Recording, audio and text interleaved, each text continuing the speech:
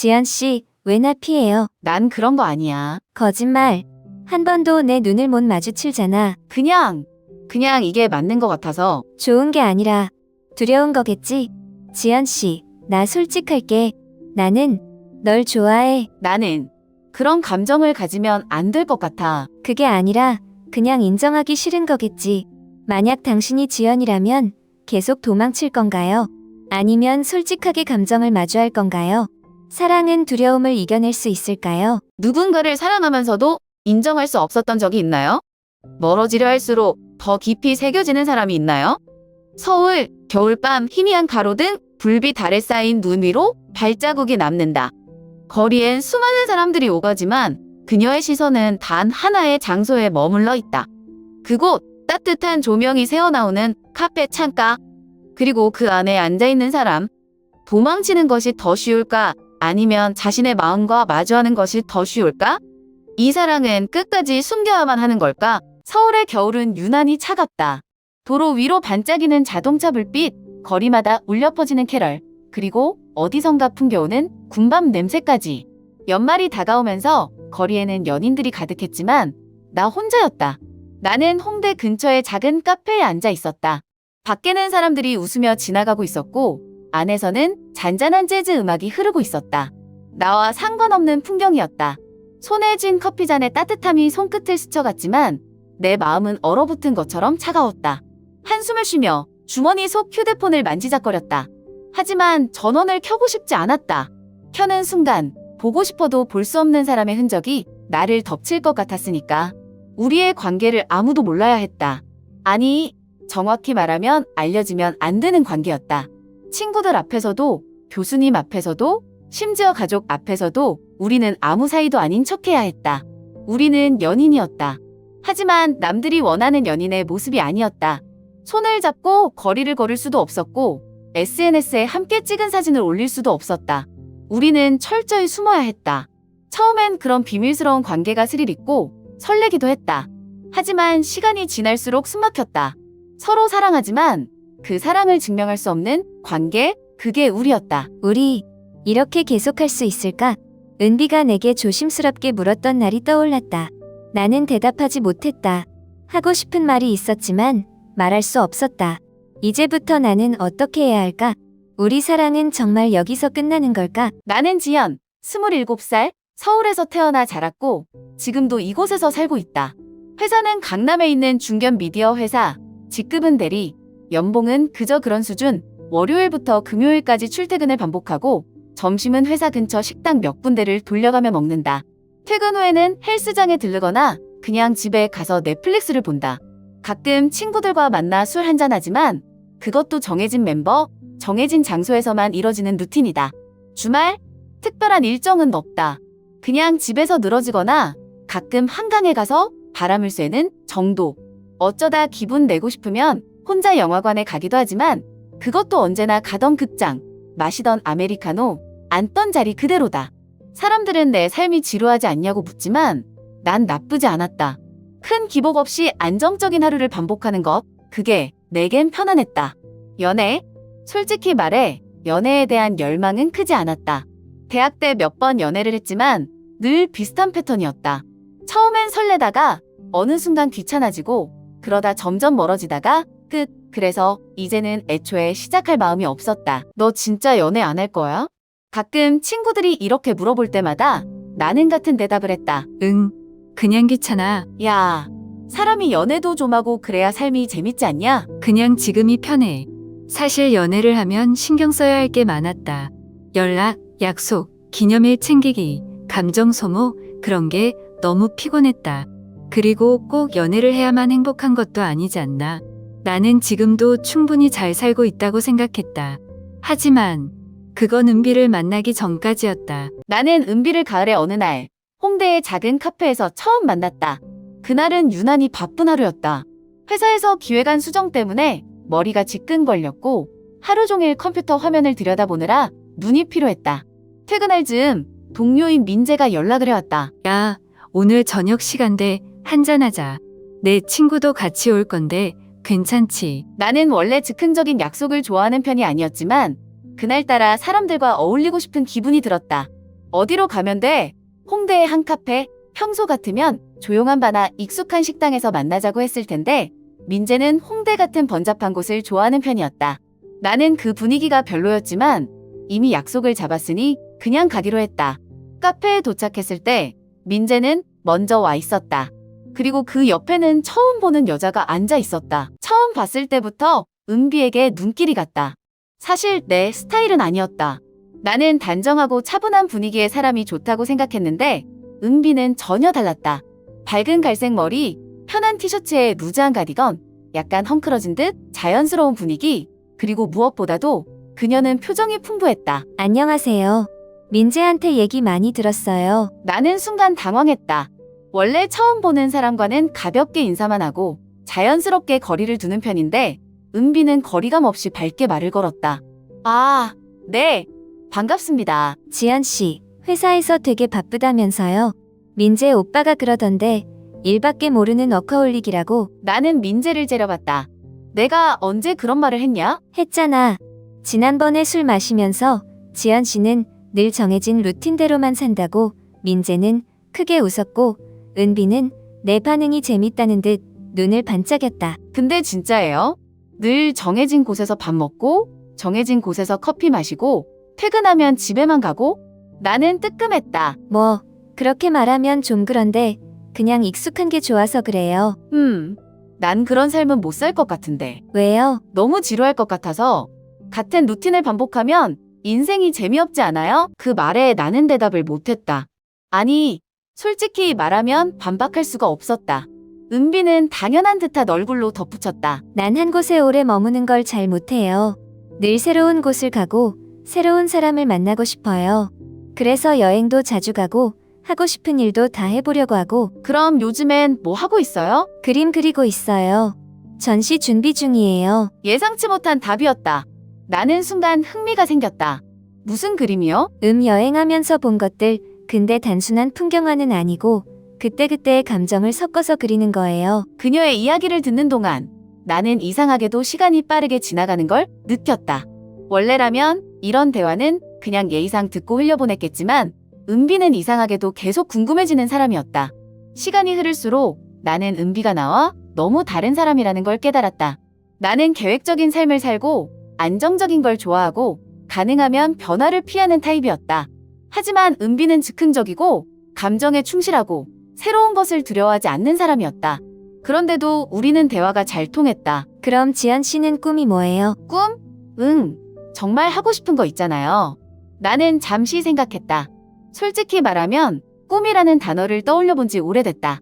나는 늘 현실적인 선택을 해왔다. 대학도, 직장도, 심지어 인간관계까지도. 글쎄 그냥 안정적인 삶. 그게 꿈이에요. 뭐 나쁘지 않잖아요? 나쁘지 않은데 너무 재미없지 않아요. 나는 피식 웃었다. 은비 씨는 그럼 꿈이 뭐예요? 나는 내 그림이 언젠가 누군가의 인생에 영향을 주는 거요. 그 대답이 신기했다. 나는 늘 현실적인 목표만 세웠다. 하지만 은비는 감정적인 목표를 가지고 있었다. 그 순간 나는 깨달았다. 나는 지금까지 한 번도 이런 식으로 삶에 대해 깊이 생각해 본 적이 없었다는 걸. 오늘도 야근이에요. 보고서 마감이라서 밥은요? 아직 못 먹었어. 안 돼요. 지금 당장 뭐라도 먹어요. 배고프면 더 힘들잖아요.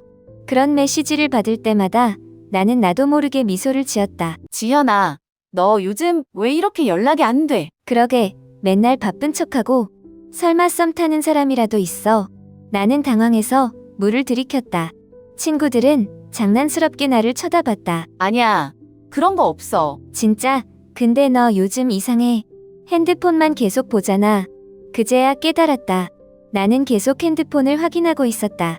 은비에게 메시지가 왔는지, 혹시 전화가 오진 않았는지. 그 순간 인정할 수밖에 없었다. 나는 은비를 찾고 있었다. 지연 씨, 요즘 좀 이상해요. 어느 날 은비가 나를 보며 말했다. 우리는 저녁을 먹으러 간 식당에서 마주 앉아 있었다. 뭐가? 그냥 뭔가 고민 있어 보여요. 나는 젓가락을 만지작거리며 피식 웃었다. 고민 없는 사람이 어딨어. 근데 나한테는 말 안 해주잖아요. 그 말의 순간 머리가 하얘졌다. 은비는 나를 똑바로 바라봤다. 나는 시선을 피했다. 그냥 별거 아니야. 거짓말. 은비는 단호하게 말했다.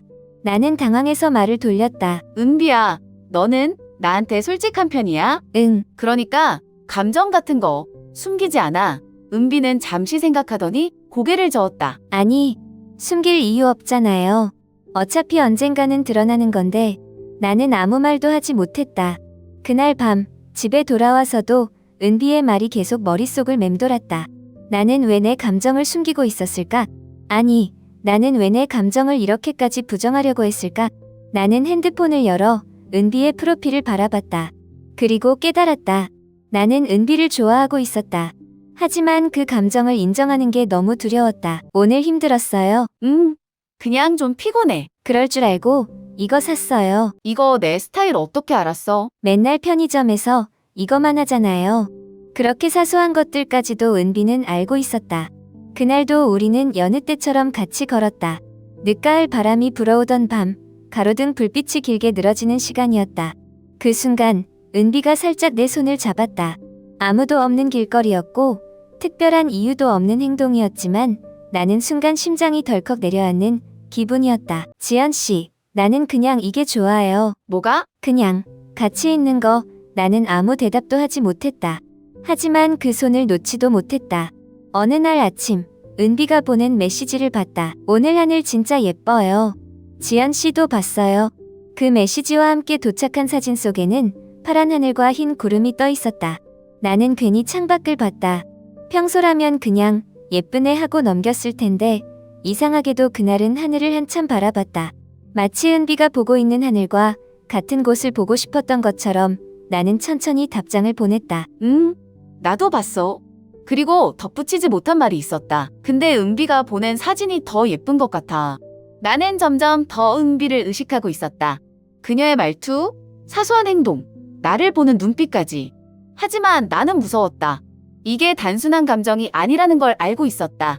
하지만 인정하는 순간 나는 돌이킬 수 없을 것 같았다. 지연 씨는 가끔 멍 때리는 거 알아요. 내가? 응, 나랑 있을 때 뭔가 고민하는 표정 자주 지어요. 나는 그 말에 대충 웃으며 넘겼다. 하지만 은비는 날 가만히 바라봤다. 혹시 나 때문이에요? 나는 숨이 턱 막히는 기분이 들었다. 아니야. 그냥 피곤해서 그래? 거짓말, 나는 더 이상 대답하지 못했다. 이제 나는 무엇을 해야 할까? 야야, 이번 주 토요일 내 생일 파티 다들 시간 비워둬. 안 오면 절교임. 민재의 메시지였다. 나는 핸드폰을 보며 잠시 멈칫했다. 생일 파티라면 당연히 가야 했다. 민재는 대학 시절부터 이어져 온 내 가장 친한 친구였고 몇 안 되는 내가 마음을 터놓을 수 있는 사람이었다. 하지만 문제는 은비도 온다는 거였다. 이미 예상했다. 민재와 은비는 오랜 친구였고 당연히 그녀도 초대받았을 것이다. 요즘 은비를 보면 나는 자꾸만 감정이 흔들렸다. 예전엔 편했는데 이제는 마주치는 것조차 조심스러웠다. 나는 여전히 이 감정을 어떻게 정의해야 할지 몰랐다. 하지만 확실한 건 가까이 있을수록 더 위험해진다는 것이었다. 지연아, 너 올 거지? 민재가 개인 메시지를 보냈다. 나는 그 짧은 한 줄을 읽고 깊은 한숨을 쉬었다. 피할 수 있는 상황이 아니었다. 생일을 핑계 삼아 가지 않는다면 민재가 분명 의아해할 것이다. 나는 결국 답장을 보냈다. 시간 맞춰 갈게.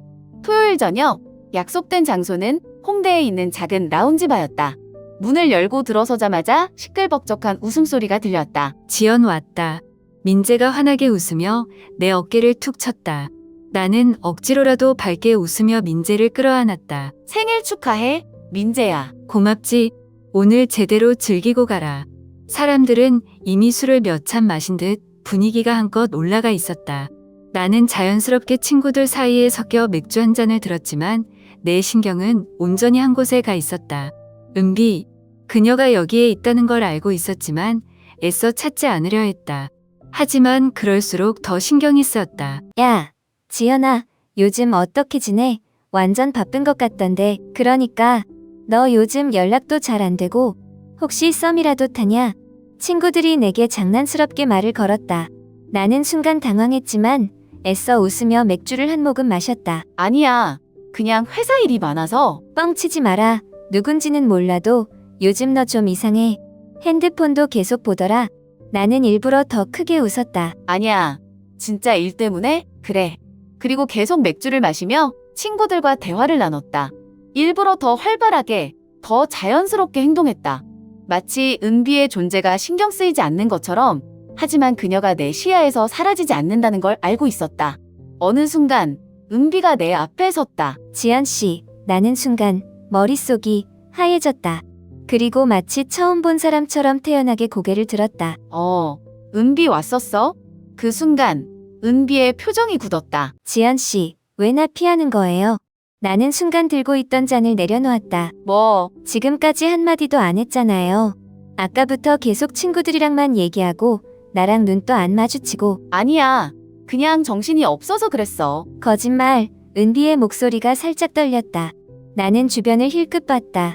몇몇 친구들이 우리 쪽을 신경 쓰고 있었다. 너 뭐 문제 있어? 내가 뭘? 그럼 왜 그래? 왜 나만 피하는데? 나는 당황스러웠다. 정말 이렇게 대놓고 말할 줄 몰랐다. 아니야. 진짜야. 그냥 못 봤어. 미안해. 못 봤다고? 은비가 조용히 되물었다. 그리고 피식 웃었다. 하지만 그 웃음은 전혀 웃고 있는 것처럼 보이지 않았다. 그래, 알겠어요. 그렇게 말하고 은비는 돌아섰다. 나는 텅 빈 기분이 들었다. 그날 밤, 파티가 끝날 때까지 나는 은비와 다시 마주치지 않았다. 그녀도 나처럼 나를 피해버렸다. 집에 돌아오는 길, 나는 한강변을 따라 천천히 걸었다. 차가운 바람이 얼굴을 스치고 지나갔다. 머릿속이 복잡했다. 나는 도대체 왜 이러는 걸까? 왜 이렇게까지 피하려고 하는 걸까? 내가 두려운 건 은비가 아니라 내 감정이었다.